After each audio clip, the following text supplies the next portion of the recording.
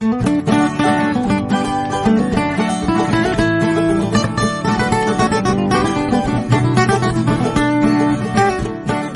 we are doing exercise 3.4. Find the square root. Now how to find the square root? We have two methods to find the square root, that is prime factorization method and division method. Prime factorization method हम already कर चुके हैं. Now we will do the second method, division method. Now how to find division method? Let's take some example. 2304. सबसे पहले हमें इसके pair बनाने हैं. ये पेयरिंग हम पीछे से स्टार्ट करेंगे. ओके, मान लो आपके पास कोई टर्म है 4 3 5 2 8, तो आप इसकी पेयरिंग पीछे से स्टार्ट करोगे इस तरह से. आगे वाली टर्म अगर आपकी सिंगल रह भी गई तो कोई प्रॉब्लम नहीं है, लेकिन पीछे से ये पेयर होने चाहिए. इसे मल्टीप्लाई भी हम पेयरिंग में ही करेंगे, लाइक एज 2 2 ज़ा 4, 3 3 ज़ा 9, 4 4 ज़ा 16, 5 5 ज़ा 25, 6 6 ज़ा 36, 7 7 ज़ा 49 एंड सो ऑन. सो सबसे पहले देखेंगे हम कि यहाँ पर अगर हम 5 5 ज़ा 25 लेते हैं तो ये नंबर 23 से ग्रेटर हो जाता है, तो हमें उससे एक टर्म स्मॉल लेनी है. सो टेक 4 4 ज़ा 16. आपके यहाँ पर दोनों डिजिट सेम होने चाहिए, जो आप यहाँ लिखोगे वही आपका ऊपर आना चाहिए. सो 23 में से 16 अब हम सब्ट्रैक्ट करेंगे, डेट इज़ 7. उसके बाद आपने पेयरिंग में ही टर्म नीचे उतारनी है. क्लियर? सबसे पहला प्रोसेस क्या था हमारा? पेयरिंग में ही हमें मल्टीप्लाई करनी है. 4 4 ज़ा 16, 23 में से 16 सब्ट्रैक्ट किए, डेट इज़ 7.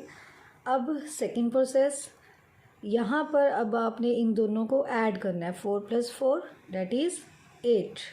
उसके बाद अब आपने मल्टीप्लिकेशन करनी है कि 8 को कौन सी टर्म से मल्टीप्लाई करें कि हमारे पास 704 आ जाए. ओके, अब देखो कि लास्ट डिजिट आपका 4 कैसे बन सकता है. या तो आप 2 से मल्टीप्लाई करो या फिर 8 8 ज़ा 64. ठीक है, आपका यूनिट प्लेस पे 4 कैसे आ सकता है? या तो 2 2 ज़ा 4 या फिर 8 8 ज़ा 64. तो अगर आप इसे 2 से मल्टीप्लाई करोगे तो ये आपका बन जाएगा 164. तो लास्ट डिजिट हमारा 4 तो आया, बट हमारे पास जो टर्म्स है 70 ये नहीं बनी, तो हम अब चेंज कर देंगे डिजिट. तो हम इसे 8 से मल्टीप्लाई करेंगे, क्योंकि यूनिट प्लेस पे 4 कैसे आ सकता है? अगर हम इसे 8 से मल्टीप्लाई करें. 8 8 ज़ा 64, that is 704. So multiply with 8, that is 704. I hope you understand this concept. Now we will take some more example. Now first question of exercise 3.4, 4 5 8 3 2 9. Find the square root by division method. तो सबसे पहला काम हमारा क्या है कि हम pairing करेंगे पीछे से ऐसे. क्लियर? पेयरिंग कैसे स्टार्ट करनी है? आपने पीछे से स्टार्ट करोगे तो आपके ये 3 पेयर बन गए. अब मल्टीप्लिकेशन कैसे करनी है? वो भी पेयरिंग में मल्टीप्लिकेशन करनी है आपको. अब 45 देखो, 45 से एक स्मॉल टर्म कौन सी होगी? 49 अगर लेंगे ये तो इससे ग्रेटर होगी. सो वी टेक 6 6 ज़ा 36. आपने हमेशा इससे छोटी टर्म ही लेनी है. सो 6 6 ज़ा 36. 45 में से 36 सब्ट्रैक्ट करेंगे, डेट इज़ 9. तो अब आपने पेयर में ही टर्म नीचे लेनी है, और हर बार एक पेयर आपका नीचे आएगा. जैसे डिवाइड करते हुए एक एक टर्म हम नीचे लेते हैं, तो ये स्क्वायर रूट में पेयर में टर्म हम एक एक नीचे लेंगे. तो सबसे पहले हमने उतार लिया 83, और इधर क्या करना है? इन दोनों का एडिशन, 6 + 6 12. अब हमने 12 के साथ उस टर्म को मल्टीप्लाई करनी है. या तो हमारे पास 983 आ जाए या फिर उससे कम टर्म आ जाए. क्लियर? नाउ अब 128 को अगर हम 8 से मल्टीप्लाई करेंगे, 12 तो है हमारे पास, हमने उस टर्म से मल्टीप्लाई करना है जिससे हमारे पास 983 से स्मॉल टर्म आ जाए. तो जब हम 8 से मल्टीप्लाई करेंगे तो ये बन रहा है 1024. 1024 is a greater term. So we take the other number. तो 8 से हमने एक कम नंबर लिया 7 से मल्टीप्लाई किया तो ये बन गया आपका 889। अब ये टर्म इससे स्मॉल आ रही है तो हम वही यही टर्म लेंगे 889। क्लियर। आपने 6 नहीं लेना क्योंकि हमारे पास वो टर्म लेनी है जिससे अगला नंबर ग्रेटर बन जाए। क्लियर। अगर हम 7 लेंगे तो वो 983 से स्मॉल टर्म आएगी, बट अगर हम 8 लेंगे तो वो उससे ग्रेटर हो जाएगी। तो हमने एक टर्म कम लेनी है। ये नहीं कि हम दो टर्म कोई भी ले सकते हैं 5 4 3। सो 983 में से 889 हम सब्ट्रैक्ट करेंगे और फिर ऊपर से पेयर नीचे लेके आएंगे। क्लियर। अब नेक्स्ट प्रोसेस क्या है हमारा, यहाँ पर हमने मल्टीप्लाई किया था 7 से, तो वही 7 आप यहाँ भी लिखोगे और ऊपर भी लिखोगे।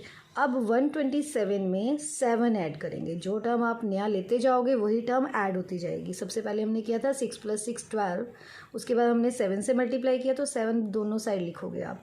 अब 127 में 7 ऐड करोगे, ये बन जाएगा आपका 134। तो अब हमारे पास यहाँ पर नया नंबर आ जाएगा 134।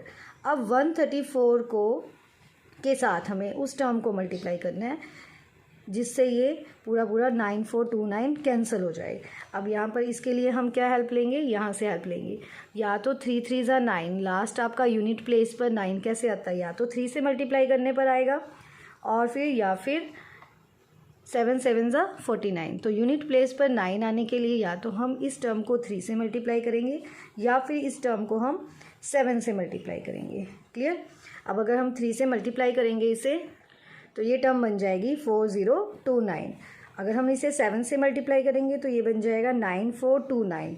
अब आप यहाँ पर देखो ये सेम टर्म बन रही है हमारी, तो हम इसे मल्टीप्लाई कर देंगे। जो टर्म आप नीचे लिखोगे यहाँ पर वही टर्म आप ऊपर लिखोगे। Clear. Okay, now students the 7th part of question number 1, 27225। सबसे पहले हमारा क्या काम होता है, सबसे पहले हमने क्या करना है इसमें पेयरिंग।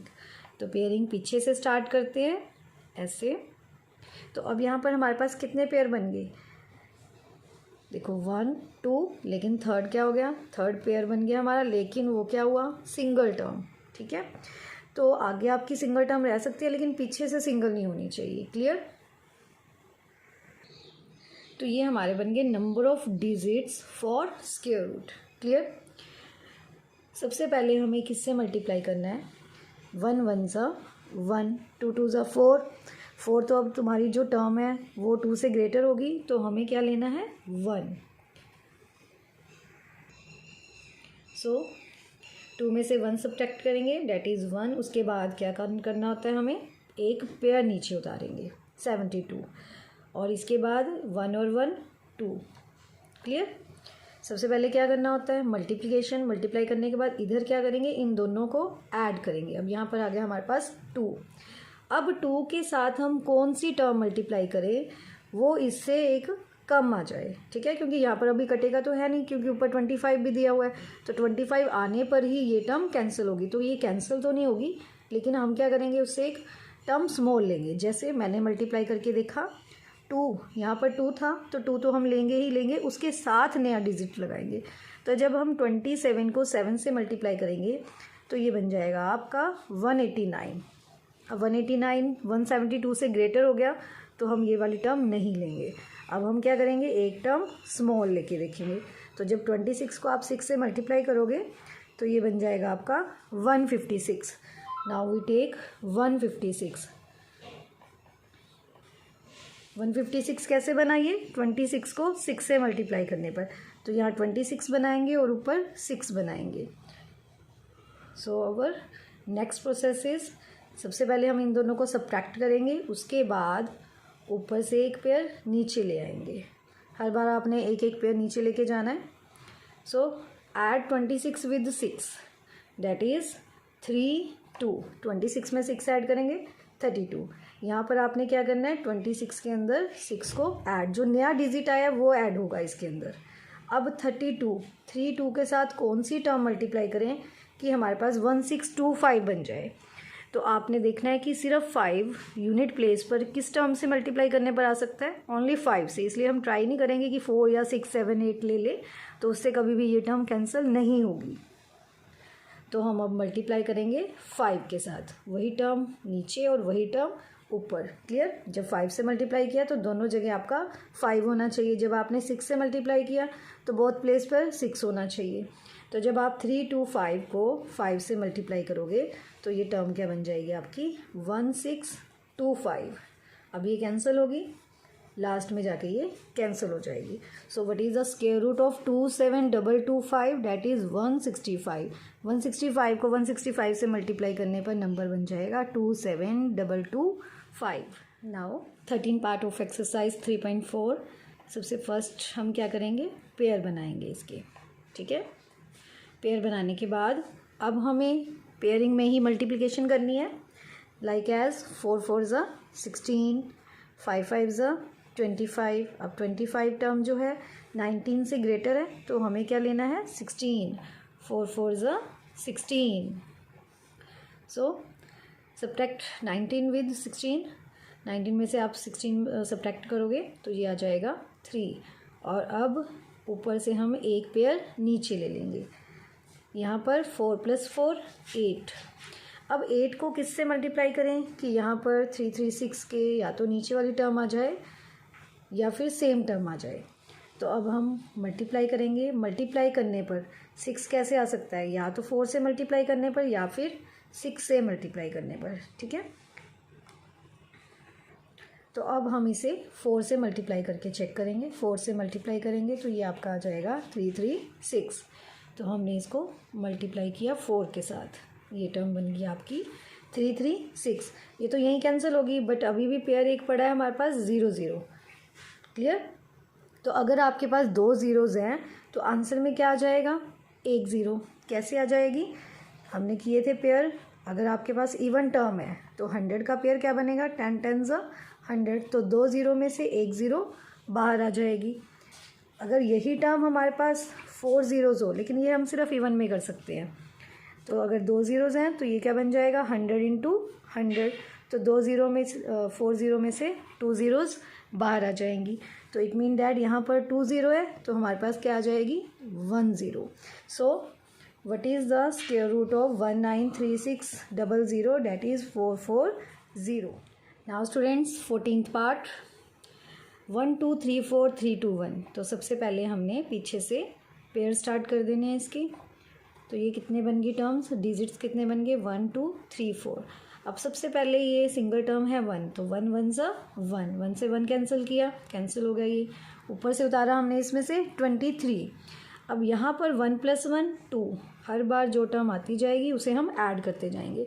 अब अंडरस्टूड है कि यहाँ पर अगर 1 से अगेन मल्टीप्लाई कर देंगे 21 1 ज़ा 21।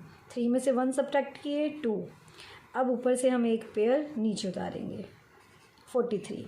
अब 21 में क्या करना है, जो नया नंबर आता है वो हर बार ऐड करते जाएंगे। ये बन गया 2 2।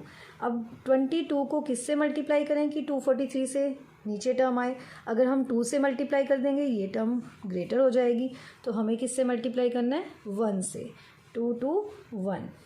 3 में से 1 सब्ट्रैक्ट किया डेट इज़ 2। 4 में से 2 सब्ट्रैक्ट करेंगे अगेन 2। तो ये अब 21 नीचे उतारेंगे। अब 2 2 1, इसमें जो नया नंबर आपका आता जाएगा वही टर्म ऐड होती जाएगी। अब 2 2 1 में क्या करना है, हमें ये वाला नया नंबर ऐड करते जाना है। तो ये बन जाएगा 2 2 2। अब देखो यहाँ पर 222 है, यहाँ पर भी 222 है। अगर हम इसे 1 से मल्टीप्लाई कर देंगे तो ये क्या बन जाएगा 2 2 1। क्लियर? ओके स्टूडेंट्स, होप कि आपको ये सारे क्वेश्चन समझ आ चुके हैं। बार बार वीडियो देखें और इसे प्रैक्टिस करें। Clear? Solve it into your notebook and send to your teachers. Today we will do only the question number 1.